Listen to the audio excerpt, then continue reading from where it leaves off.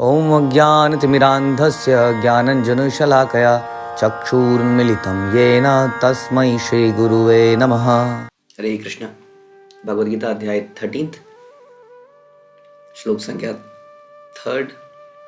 क्षेत्रज्ञं चापि मां विद्धि सर्वक्षेत्रेषु भारत क्षेत्रक्षेत्रज्ञयोर्ज्ञानं यत्तज्ज्ञानं मतं मम। हे भरतवंशी, तुम्हें ज्ञात होना चाहिए कि मैं भी समस्त शरीरों में ज्ञाता भी हूं, और इस शरीर तथा इसके ज्ञाता को जान लेना ज्ञान कहलाता है, ऐसा मेरा मत है। ये जो मत है, ये कृष्ण का मत है। कृष्ण सर्वज्ञ है, इज ऑल नॉलेजेबल, क्योंकि वही सब चीजों के क्रिएटर हैं, वही सब चीजों के मेंटेनर हैं। एक क्रिएटर, एक मेंटेनर, डिस्ट्रॉयर, जानता है हर चीज कहाँ से टूट सकती है, कहाँ से बिगड़ सकती है, क्योंकि उसने बनाया है उसको पता है कहाँ पर कमजोरियां हैं, कहाँ पर क्या है, ये लोग जानते हैं। तो भगवान ही संसार को बनाने वाले, ज्ञान का स्रोत भी सारे भगवान ही, तो भगवान ही बता सकते हैं कि ज्ञान, वास्तव में ज्ञान क्या है। क्योंकि ये अर्जुन का one of the question was कि ज्ञान क्या है। हर व्यक्ति ज्ञानी बनना चाहता है, लेकिन ज्ञान वास्तव में क्या है। संसार में शोध करने के इतने सारे विषय हैं कि विषय समाप्त नहीं हो रहे हैं, अनंत विषय निकलते आ रहे हैं। प्रकृति एक बहुत बड़ा रहस्य है वास्तव में, कितने रहस्य प्रकृति में छुपे हुए हैं, जिनको हम जानते नहीं अभी तक। तो इनको जान लेना क्या ज्ञान है। साइंटिस्ट निरंतर रिसर्च करते रहते हैं और कोई नई खोज करते रहते हैं, और कोई नई खोज होने पर सारा संसार बड़ा प्रसन्न होता है, उनको बहुत सारे प्राइजेस मिलते हैं। तो क्या ये ज्ञान है? नोबेल प्राइज जीतना एक ज्ञान है, या कोई और डिग्री या पद पोजीशन प्राप्त करने लेना ज्ञान है? भगवान या कुछ और बता रहे हैं कि उनका मत क्या है ज्ञान से। वो कहते हैं इस शरीर तथा इसके ज्ञाता को जान लेना ज्ञान कहलाता है। तो हमने सुना था कि शरीर जो है क्षेत्र है, और शरीर को जानने वाला क्षेत्रज्ञ है। तो अभी तक अभी तक दो डेफिनेशन क्लियर थी, एक क्षेत्र और क्षेत्रज्ञ। लेकिन आज भगवान एक और बोल रहे हैं कि इस शरीर को जानने वाले वास्तव में दो लोग हैं। संसार में निराकारवाद को फैलाया गया आत्मा के स्वरूप को समझते हुए, जैसे आत्मा न मर सकती है, न कट सकती है, आत्मा न जलाया जा सकता है, न सुखाया जा सकता है, न बूढ़ी होती है, प्रकृति के नियमों के परे है। तो लोगों ने सोचा कि ये आत्मा, इसका मतलब परमात्मा ही है, क्योंकि इतनी शक्तिशाली है। हम तो शक्तिशाली कहाँ हैं? हम कहाँ दिखते हैं हम शक्तिशाली हैं? लगता है कहीं से हम शक्तिशाली हैं? बिल्डिंग से पैर फिसलेगा, सीढ़ी पे पैर फिसलेगा, बाथरूम में पैर फिसल जाएगा, मर गया जी। कैसे कैसे आदमी की मृत्यु होती है अजीबोगरीब तरीके से, कई बार कैसे कैसे बीमारियां हो जाती हैं। इट्स लाइक वेरी फ्रजाइल, कभी भी टूट के मर सकता है, गिर सकता है, कट सकता है। इसलिए जब आत्मा की चर्चा होती है तो आदमी को लगता है ये आत्मा ही तो परमात्मा है, इसका मतलब। तो उन्होंने निराकारवाद फैला दिया, या ये परमात्मा ही आत्मा है, आत्मा ही परमात्मा है, ये फैला दिया कि they are not two entities. Advaita, दो नहीं है, अद्वैत, दो नहीं है। इसको अद्वैत फिलोसफी कहते हैं। हम लोग द्वैत फिलोसफी को मानते हैं कि एक जीवात्मा है और एक परमात्मा है।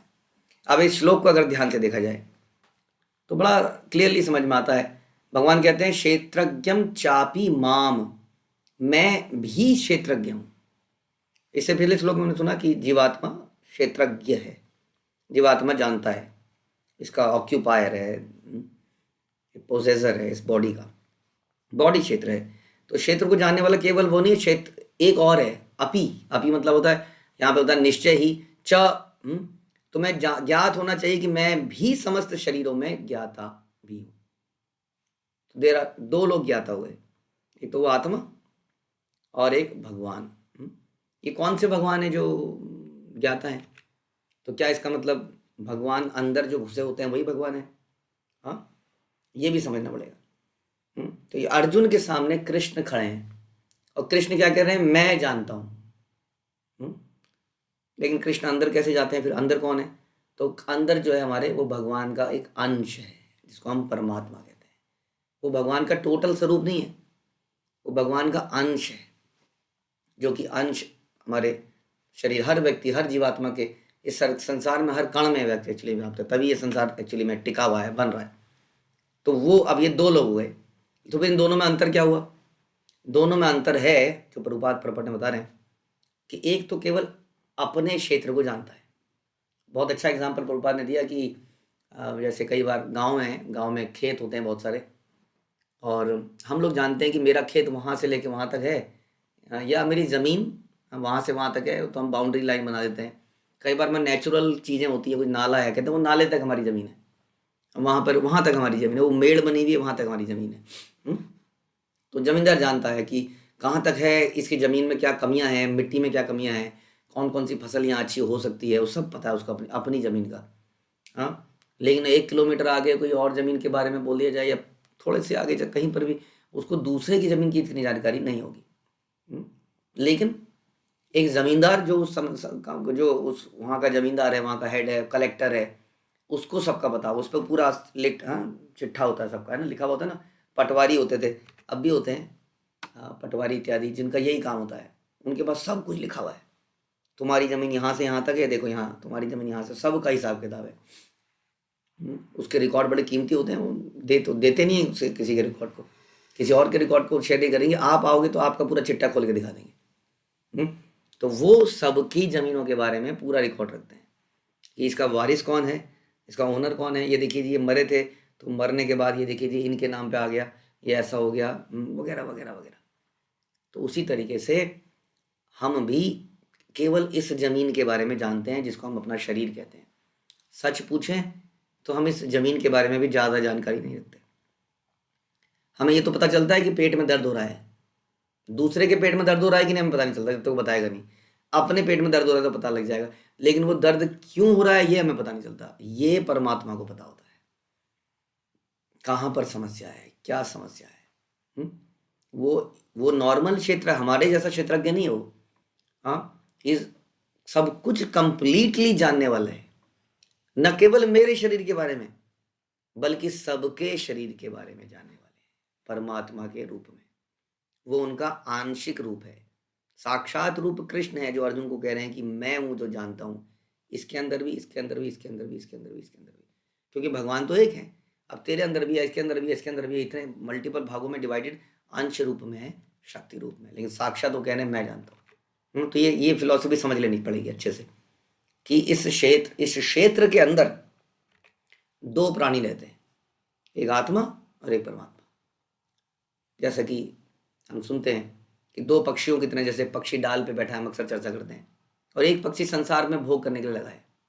क्योंकि ये जो क्षेत्रज्ञ है आत्मा रूपी, यानी कि हम, ये इतना माइन्यूट है, इतना बारीक है, इतना प्रभावित होने वाला है, भगवान की तटस्थ शक्ति है। तटस्थ शक्ति जानते हैं ना इधर ना उधर, जैसे कि सुनते हैं ना, भारत एक तटस्थ देश है, हम कई बार सुनते हैं ना, इसकी तरफ, इन कंट्रीज की तरफ भी नहीं है, इस कंट्री की तरफ नहीं, लेकिन तटस्थ आदमी कहीं भी लुढ़क सकता है। इधर कभी कई होते हैं तटस्थ दल के लोग हैं, अचानक से किसी सरकार की सरकार बन रही है, उसमें लो जी मेरे 4 लोग आपके साथ हो गए, ऐसे तटस्थ हैं कि किसी का कहीं का भी नहीं है। हाँ, तो उसी तरह से जीवात्मा भी कभी माया की तरफ झुक जाता है, कभी भगवान की तरफ झुक जाता है। ये उसका नेचर है। इस कारण से वो इस शरीर में आता तो है, इसको जानने वाला तो है, लेकिन वो प्रभावित हो जाता है और शरीर को ही स्वयं मान लेता है, और इस शरीर को आनंद देने का प्रयास करता है, विच इज नेचुरल। क्योंकि जीवात्मा आनंद ढूंढती है, लेकिन जब वो शरीर को आनंद मानती है, शरीर को आनंद देने का कोशिश करती है। ये समस्या। लेकिन ये जो दूसरा क्षेत्रज्ञ है, जो भगवान है, जो परमात्मा है, वो कभी माया के इन्फ्लुएंस में नहीं आता है। ये अंतर है, यानी कि उसके ज्ञान पे पर्दा कभी नहीं पड़ता है, हमारे ज्ञान पे पर्दा पड़ जाता है। हम अभी लेक्चर सुन रहे हैं तो हम इसको रियलाइज कर रहे हैं, yes we are different from body, but as soon as जैसे हम संसार में निकलते हैं, वही मान सम्मान, वही तेरियां मेरियां, वही सब इच्छाएं, वही सब चालू हो जाता है। Very difficult. हाँ, हमारी आंखों पे, हमारे ज्ञान पर पर्दा पड़ जाता है, लेकिन परमात्मा के ज्ञान पर कभी पर्दा नहीं पड़ सकता है। क्यों? क्योंकि भगवान कहते हैं देवी ही ऐसी गुणमयी मम माया दुरत्या, ये मेरी माया है, मेरी माया, मेरी बिल्ली मुझे को मैं हूं। माया भगवान पर अटैक नहीं कर सकती है। हम सुनते हैं ना कि माया भगवान के पीछे चलती है, जीवात्मा के आगे चलती है, जीवात्मा को प्रभावित कर देती है जबरदस्त तरीके से, और वो पदभ्रमित हो जाता है। इसलिए ऑल्दो वी आर क्षेत्रज्ञ, लेकिन कभी भी हमें अपने आप को भगवान के समकक्ष नहीं रखना चाहिए, क्योंकि वो कभी इल्यूजन में नहीं आ सकते हैं और हम रोज हमेशा ही इल्यूजन में रहते हैं। ऑल्दो हम जानने वाले हैं, हम जान सकते हैं, हम जानने वाले हैं, ये शरीर हमारा कार्य क्षेत्र है। जैसे कि कार हमारी कार्य क्षेत्र है, कार को हम यूज करते हैं फॉर अ पर्पस, उसी तरह ये क्षेत्र, शरीर नाम का क्षेत्र, ये हमारा कार्य क्षेत्र है, ये हमें एक पर्पस के लिए मिला है। जब जीवात्मा उस पर्पस को भूल जाती है तो उसको फिर वैसा ही शरीर मिलता है जिसमें पर्पस याद रखने की कोई आवश्यकता ही नहीं है। जानवर के शरीर में देर इज नो पर्पस। आपको लगता है कुत्तों का भी जीवन का एक पर्पस है, एक लक्ष्य है? सोचा कभी कुत्तों के जीवन का क्या लक्ष्य है? सुअर के जीवन का कोई लक्ष्य है? गोल स्टेटमेंट मांगिए उससे, हाँ जी इस साल के गोल बताइए, नया साल आ रहा है, क्या करेंगे सुअर जनाब इस साल?